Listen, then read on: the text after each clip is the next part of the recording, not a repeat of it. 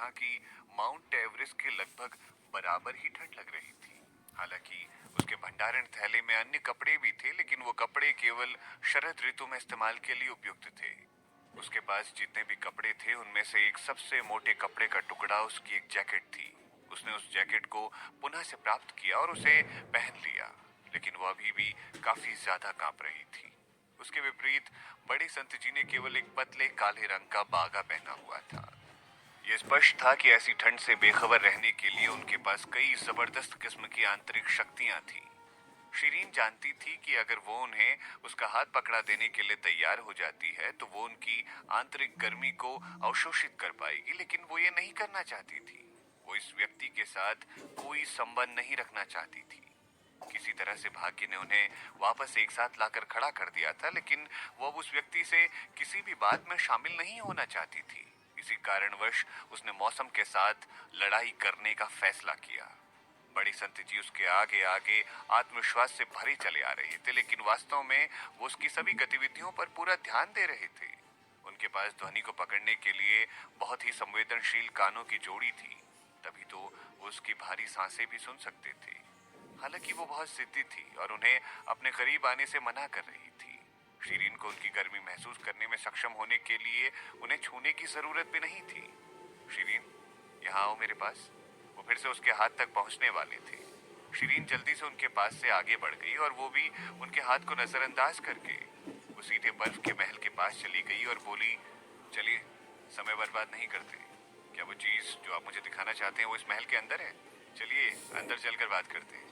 जब वो राजमहल के द्वार पर पहुंची तो बड़े संत जी ने तुरंत उसे पीछे से पकड़ लिया और कहा, शीरीन, मुझे तुम्हें पकड़ तो लेने दो, अंदर और भी ज्यादा ठंड है। मुझे डर है कि तुम मुझे छुए बिना और किसी भी आध्यात्मिक शक्ति के बिना इतनी ज्यादा ठंड को सहन कर पाओगी। शीरीन ने केवल उन्हें एक बार गुस्से भरी शक्ल से देखा, लेकिन फिर वो उन्हें अस्वीकार नहीं कर पाई। वो उनके साथ महल के अंदर चली गई। महल में सफेद मार्बल के बने कुछ छोटे छोटे विभाजन भी थे जो चीजों को अलग अलग करते थे। महल अंदर से ज्यादातर खाली ही था। उनकी आंखें कुछ चित्रों की ओर आकर्षित हो गई थी, क्योंकि हरे रंग की कमीज पहने एक आदमी को पकड़े हुए सफेद कपड़े पहने महिला एक जगह चित्रित की गई थी। हरे रंग के कुर्ते वाला आदमी लंबा और सुंदर था। जाहिर है ये बड़े संत जी खुद ही थे। सफेद रंग के कपड़े पहनी हुई महिला कोई और नहीं बल्कि पिछले जन्म की शीरीन ही थी। बिना पूछे वो जानती थी कि बड़े संत जी ने इसे चित्रित किया है, क्योंकि किसी और को नहीं पता था कि वो अपने पहले जीवन में कैसी दिखती थी। शीरीन ने बड़े संत जी को देखा। उसे कभी उम्मीद नहीं थी कि अब वो पेंटिंग में इतने भी अच्छे थे। मैं बहुत अभ्यास करता था और मैंने एक चित्र चित्रित किया था। मैं केवल आपको और मुझे चित्रित करना चाहता था। बड़े संत जी ने उसका हाथ पकड़ लिया और आगे बढ़ गए। शीरीन ने उस चित्र वाली महिला को देखा और अपने होठों को हल्का सा काट लिया। वो काफी उत्सुक थी। अगर बड़े संत जी ने उसे या उसकी मंगेतर पिछले जन्म वाली, जिसकी वजह से वो दोनों मारे गए थे, को चित्रित किया होता। आखिरकार शीरीन उनकी मंगेतर की ही क्लोन तो थी और वो दोनों एक जैसी ही दिखती थी। वो उस छोटे चित्र को देखकर अपने अतीत में चली गई और आखिरकार होश में आने के बाद शीरीन ने हवा की छाया के पीछे एक चीज को देखा। वो स्तब्ध रह गई। बर्फ से बना एक विशाल हीरे का ताबूत वहां रखा हुआ था। ताबूत पारदर्शी था, इसीलिए अंदर देखना आसान था। ताबूत के अंदर एक नीला तरल था जो एक युवा महिला को अपने अंदर समा के रखा हुआ था। एक अनजान कपड़े में वो युवती लिपटी हुई थी जिसकी आंखें बंद थी, जैसे वो सोने वाली सुंदरता की तरह ताबूत के अंदर लेट गई हो। शीरीन युवती की सुंदरता देखकर दंग नहीं हुई, बल्कि उसके चेहरे का अविश्वसनीय रूप से परिचित होना उसके लिए अकल्पनीय था। ये उसके पिछले जीवन का शरीर था। यह स्पष्ट था कि बर्फ के ताबूत में पड़ी वो सुंदरी कोई और नहीं बल्कि नमित गुप्ता की मंगेतर थी। शीरीन को अचानक से एक पुरानी बातचीत याद आ गई, जिसमें उसने बड़े संत जी के बारे में सुना था कि वो एक 3000 वर्षीय पुरानी संजीवनी बूटी की तलाश में थे। वो उसे इसी उम्मीद में ढूंढ रहे थे ताकि वो किसी को जगा सके। उस समय इस सब का मतलब शीरीन के लिए कुछ भी नहीं था, क्योंकि वो नहीं जानती थी कि बड़े मौर्य संत जी कोई और नहीं बल्कि उनका बिछड़ा हुआ प्यार नमित गुप्ता ही है। आधुनिक दुनिया में दोनों ने एक साथ ही एक दूसरे का अंत कर दिया था, क्योंकि वो नमित गुप्ता की मंगेतर ने अपने हृदय प्रत्यारोपण को स्वीकार करने से मना कर दिया था। हालांकि ऑपरेशन पहले ही छाती चीरने के साथ शुरू हो गया था, इसीलिए शीरीन परोक्ष रूप से नमित गुप्ता की मंगेतर की असामयिक मृत्यु के लिए जिम्मेदार थी।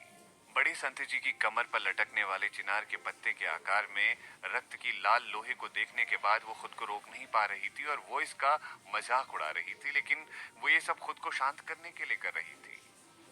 अपने पिछले जीवन में नमित गुप्ता ने अपनी मंगेतर की खातिर और उसके दिल को लूटने के लिए उसे पीटने की हिम्मत की थी, लेकिन अब वो उसकी जरूरतों के बारे में इतनी उत्सुकता से क्यों पेश आ रहा था? अचानक से शिरीन को अपने ही सवाल का जवाब मिल गया। वो ये सब कुछ संजीवनी जड़ी बूटी के लिए कर रहा था। शिरीन ने अपने टेलीपोर्टेशन पावर का उपयोग करके नीलामी कक्ष को छोड़ दिया, इसीलिए किसी को नहीं पता चला था कि वो कहाँ गायब हो गई, और ये बिल्कुल एक कारण हो सकता है जिससे बड़े संत जी को पता चल गया हो कि ये सब उसका काम है। वो आखिरकार एकमात्र ऐसी व्यक्ति थी जिसे भेष बदलने और टेलीपोर्टेशन की कला में महारत हासिल थी। ऊपर से संत जयराम जी ने भी शायद उन्हें नीलामी घर की घटना के बारे में सब कुछ बता दिया, और इस सब ने उनके संदेह को और भी पक्का बना दिया होगा, और उन्हें ये भी विचार आया होगा कि संजीवनी जड़ी बूटी वास्तव में उसके पास थी। मन में इसी धारणा को रखते हुए उन्होंने पहाड़ों को छोड़ दिया और भीमपुर साम्राज्य का दौरा किया। कुछ प्रयासों के बाद उन्हें पता चला कि वजीर के निवास में रहने वाली शिरीन नाम की लड़की ही वो व्यक्ति है जिसकी उन्हें जरूरत है। ये कोई आश्चर्य नहीं था कि उसे दूर ले जाने के लिए सही समय पर भीमपुर राज्य के महल में अपनी उपस्थिति व्यक्त कराने में सक्षम हुए थे। सिवाय इस बात की कि वो उसे सच में दूर ले जाने की इच्छा न रखते थे, बल्कि उन्हें सिर्फ जड़ी बूटी से मतलब था। वो जो चाहते थे वो थी संजीवनी जड़ी बूटी और उस चीज का बदला जो उसने उनके साथ किया था। सौभाग्य से वो पहले से ही जड़ी बूटी की कीमत जानती थी और उसने संजीवनी बूटी को दृढ़ पत्थर कंगन के अंदर सुरक्षित करके रखा था, अन्यथा वो पहले ही इसे चुरा चुके होते।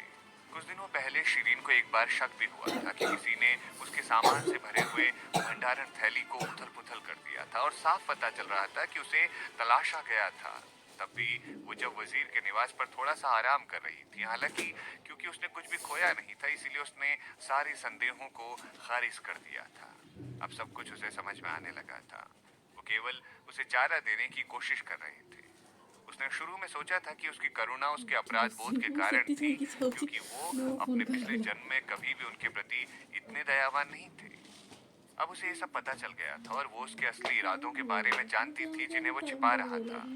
सौभाग्य से शिरीन संत जी के आसपास सतर्क रह रही थी। बर्फ के ताबूत में पड़ा शरीर बेहद ठंडा था।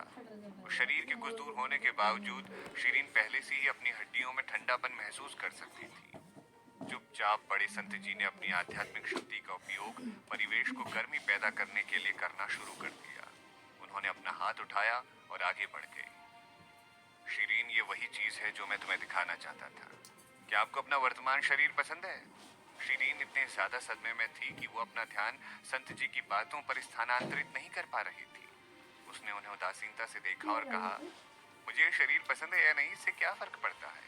बड़े संत जी ने उसकी ओर मुस्कुराते हुए देखा, फिर उन्होंने बर्फ के ताबूत में बड़े शरीर पर एक नजर डाली और कहा, शिरीन, मैंने इस शरीर को आध्यात्मिक शक्ति के साथ साथ एक नई शक्ति बनाने के लिए एक गुप्त शक्ति से भरा है, और ये शरीर बिल्कुल आपके शरीर की तरह दिखता है, वो भी आपके पिछले जीवन के शरीर की तरह, या शायद उससे भी और ज्यादा बेहतर।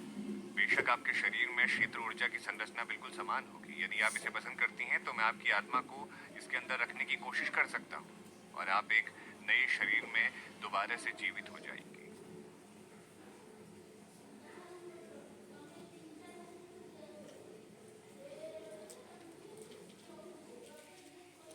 संत जी ने एक और नजर शिरीन की ओर डाली।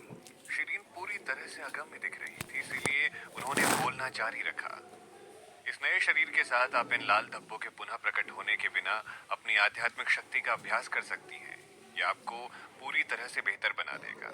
इसके अतिरिक्त आप अपनी पहचान को वजीर श्याम सिंह के परिवार की बेटी के रूप में बचा भी आसानी से पाएंगी। आप भीमपुर राज्य के शाही खानदान में अपनी सगाई को भी आसानी से तोड़ पाएंगी।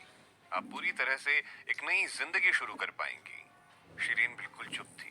वो हमेशा से जानती थी कि बड़े मौर्य संत जी काफी महत्वाकांक्षी थे, लेकिन उसे इस बात का एहसास नहीं था कि उनकी महत्वाकांक्षा उन्हें इस हद तक नीचे ले आएगी कि वो खुद को ही भगवान बनाना चाहते होंगे। उन्होंने एक नया शरीर भी बना लिया था। असल में नमित गुप्ता एक नया क्लोन बना चुका था, लेकिन वो उसे पुनर्जीवित करना चाहता था। उस क्लोन को असल में नमित गुप्ता की मंगेतर होना चाहिए था। वो जो बोल रहे थे वो महज शिरीन के लिए कोरी कोरी बकवास थी। शिरीन अपने शरीर में रक्त के प्रवाह को महसूस कर सकती थी, लेकिन वो अपने किसी भी हाव भाव को उसके सामने बाहरी रूप से व्यक्त नहीं करना चाहती थी। मुस्कुराते हुए उसने स्पष्ट रूप से सवाल किया, तो क्या आप मेरी आत्मा को इस शरीर के अंदर रखना चाहते हैं? मगर आप ये सब कैसे करेंगे? मुझे नहीं पता था कि आप ऐसी शक्ति का इस्तेमाल करने में भी सक्षम हैं, मौर्य अधिपति जी। बड़े संत जी ने जल्दी से जवाब दिया, शिरीन, मैं हमेशा इस शक्ति के साथ काफी प्रवीण रहा हूँ। मेरे पिछले जीवन में भी मैं इस जादू का काफी इस्तेमाल कर चुका हूँ। तत्वों और संसाधनों की कमी के कारण मुझे इस बार इसे इस्तेमाल करने में थोड़ी देरी हो गई। आपके लिए इस कमजोर शरीर को ज्यादा लंबे समय तक झेलना काफी मुश्किल होगा, पर क्योंकि मेरे पास लगभग आवश्यक तत्व है, मैं आपकी आत्मा को निकालूंगा और दूसरे शरीर के अंदर रख दूंगा। तत्व? आप किस तरह के तत्व की बात कर रहे हैं? शिरीन ने मौके का फायदा उठाते हुए कहा, विभिन्न प्रकार के तत्व। मैं इन सभी वस्तुओं को वर्षों से इकट्ठा कर रहा हूँ। मेरा मानना है कि भगवान उन लोगों की मदद करते हैं जो खुद की मदद करने की पूरी कोशिश करते हैं। मैंने आखिरकार एक तत्व को छोड़कर सभी मूल तत्वों को पा लिया था। अब मुझे केवल एक जड़ी बूटी की कमी आ रही थी। आखिर बहुत ज्यादा जरूरी चीज जो मुझे चाहिए थी वो बस एक खास जड़ी बूटी है। कौन सी जड़ी बूटी है वो? शिरीन ने अज्ञानतावश सवाल पूछा। एक 3000 साल पुरानी संजीवनी जड़ी बूटी, उसने आखिरकार वो कह दिया जिसका शिरीन को डर था। शिरीन, आप ही वो अकेली व्यक्ति हैं जो उस दिन नीलामी कक्ष से संजीवनी बूटी प्राप्त करके निकली थी। वो आप ही थी ना? बड़े संत जी ने सवाल पूछते हुए शिरीन के चेहरे की अभिव्यक्ति पढ़ने की कोशिश करने के लिए अपनी आंखें भी ठीक कर ली। जैसे शिरीन को उम्मीद थी वैसा ही हो रहा था। उन्होंने जो कुछ भी किया था उसका एकमात्र इरादा खुद को लाभ पहुंचाने के अलावा और कुछ नहीं था, और इस मामले में उन्हें संजीवनी जड़ी बूटी तक अपने हाथों को ले जाना था। शिरीन थोड़ा सा मुस्कुराई और फिर उसने सवाल को टालते हुए इसके बजाय संत जी से पूछा, मुझे इस बात में अधिक दिलचस्पी है कि आप किस तरह से मुझे निकायों में बदलने में मदद करनी चाह रहे हैं। तो क्या आपको ये करने के लिए पहले मुझे मारना होगा? पौराणिक कथा के अनुसार किसी की आत्मा केवल मृत्यु के बाद ही अपना शरीर छोड़ सकती है। बड़े संत जी थोड़ा सा चौंक गए। इस सवाल पर उन्होंने कहा, यह हत्या के रूप में नहीं माना जाता है। मैं तुम्हें एक अवचेतन अवस्था में डालूंगा, फिर तुम्हारी आत्मा को एक गहरी ठंडी शक्ति के साथ क्रायोजेनिक रूप से बाहर आने के लिए मजबूर कर दूंगा। आखिरकार मैं तुम्हारी आत्मा को दूसरे शरीर के अंदर डाल दूंगा, वो भी मेरी गुप्त शक्ति का इस्तेमाल करके। उन्होंने न केवल जड़ी बूटी को लेने की योजना बनाई थी, बल्कि उसके जीवन को भी समाप्त करने की वो योजना लगभग बना चुके थे। उसे मौत से मुक्त करने के लिए मनाने के इस तरह के अजीब कारण को उत्पन्न करके वो सहजता से वो सब प्राप्त कर सकते थे जो वो हमेशा से चाहते थे, और तो और वो उससे छुटकारा भी पा सकते थे। ये काफी अच्छी योजना की तरह लग रहा था। ये उनके द्वारा पहले की गई रणनीति से अधिक विस्तृत थी। शिरीन ने बर्फ के ताबूत में लड़की को फिर से देखा और कहा, बड़े संत जी, क्या ये लड़की पहले कभी आपकी शिष्या हुआ करती थी? क्या आपने इसे कोई युद्ध कला सिखाई थी क्या? ऐसा लगता है कि जब ये 20 साल की थी तब से आप इसे जानते हैं। क्या ये सब सच है? क्या वो आपके साथ रहा करती थी इससे पहले कि जब वो जन्मी थी? क्या ये आपका प्यार थी? उन्होंने कहा कि वो कोई है जिसे मैंने ही बनाया है। मैंने ही इसका पालन पोषण किया है और उसे कई प्रतिभाओं में निपुण बनाया है। दुर्भाग्य से उसने वास्तव में अभी तक अपना जीवन नहीं जिया था, बड़े संत जी ने कहा। शिरीन ने अपनी पलकें उठाई और पूछा, आप इसका बुद्धिमत्ता के साथ निर्धारण कैसे करते हैं? क्या इसका मस्तिष्क दोषपूर्ण है? क्या वो भी समन्वित है? क्या उसे आध्यात्मिक शक्ति का बाहुल्य ज्ञान है? मौन में बड़े संत जी को थोड़ा सा अचरज हुआ। वो केवल एक जीवित व्यक्ति के अंदर से ही उन कारकों को निर्धारित कर सकते थे। बहरहाल सभी आंकड़ों से पता चलता है कि यह शरीर अपने पिछले जीवन में शिरीन के समान था, इसीलिए तकनीकी रूप से उसके अंदर सब कुछ समान होना चाहिए, अगर बेहतर नहीं तो। उन्होंने एक भारी आह भरना जारी रखा और कहा, शिरीन, मैं आपसे झूठ नहीं बोल रहा हूँ। जिस दिन से मैंने इसे बनाया है वो बेहोश स्थिति में है। मेरे दिल में मुझे ही पता है कि आप और केवल आप वास्तव में शरीर के लायक हैं। इसीलिए मैंने शरीर को अलग रखते हुए अपनी अलग अलग शक्तियों का उपयोग किया है, और अन्य आत्माओं या बुरी शक्तियों से बचाने के लिए मैंने इसे यहाँ रखा है।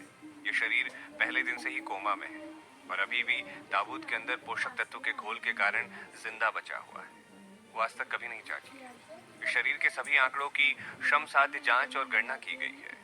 मेरा मानना है कि जैसा मैं कह रहा हूँ वैसा करने से कोई समस्या नहीं होगी, जब तक आप अपनी आत्मा को इसके साथ जोड़ने के लिए सहमत रहेंगे। क्या होगा अगर ये तरकीब काम नहीं करती है तो? क्या होगा अगर मैं इसे संलग्न करने में विफल रहती हूँ? शिरीन सवाल करती है। शिरीन, मैं आश्वासन दे सकता हूँ कि ये विधि पक्का काम करेगी। संत जी तुरंत जवाब देते, हाँ, क्योंकि अगर ये विफल रहता है तो आप मरने वाले व्यक्ति नहीं होंगे ना। शिरीन अब अपना गुस्सा रोक नहीं पा रही थी। उसने अंत में अपनी जबान को फिसलने दिया। बड़े संत जी को पता नहीं था कि उन्हें आगे क्या कहना चाहिए, लेकिन वो थोड़ी देर बाद बोले, शिरीन, तुम पहले तो इस तरह की नहीं थी। ये बोलने के बाद वो थोड़े पीले पड़ गए। एक हत्यारे के रूप में गणना होने के लिए जोखिमों को लेना सबसे आम बात होनी चाहिए थी। शिरीन ने अपने पिछले जीवन के अधिकांश मिशन को अपने जीवन दांव पर लगाकर पूरा किया था। कभी कभी मिशन में जीवित रहने की संभावना ना के बराबर होती थी। वो किसी भी कार्य के लिए अपने जीवन को जोखिम में डाल देती थी और जो भी कार्य वो उसे देता था वो उसे बिना किसी हिचकिचाहट के पूरा कर लेती थी, वो भी आगे आने वाले खतरों की परवाह किए बिना। लेकिन अब उसकी बातों पर विश्वास नहीं कर सकती। अब इससे शिरीन को कोई फर्क नहीं पड़ता कि वो कितनी भी बार उसे बार बार आश्वस्त करने की कोशिश ही क्यों ना करे। शिरीन, यदि आप अपने शरीर को अभी नहीं बदलती हैं तो ये लाल धब्बे आप पर हमेशा बने रहेंगे और आपके लिए अपनी आध्यात्मिक शक्ति का अभ्यास करना बहुत मुश्किल हो जाएगा। क्या यही वास्तव में आपकी इच्छा है?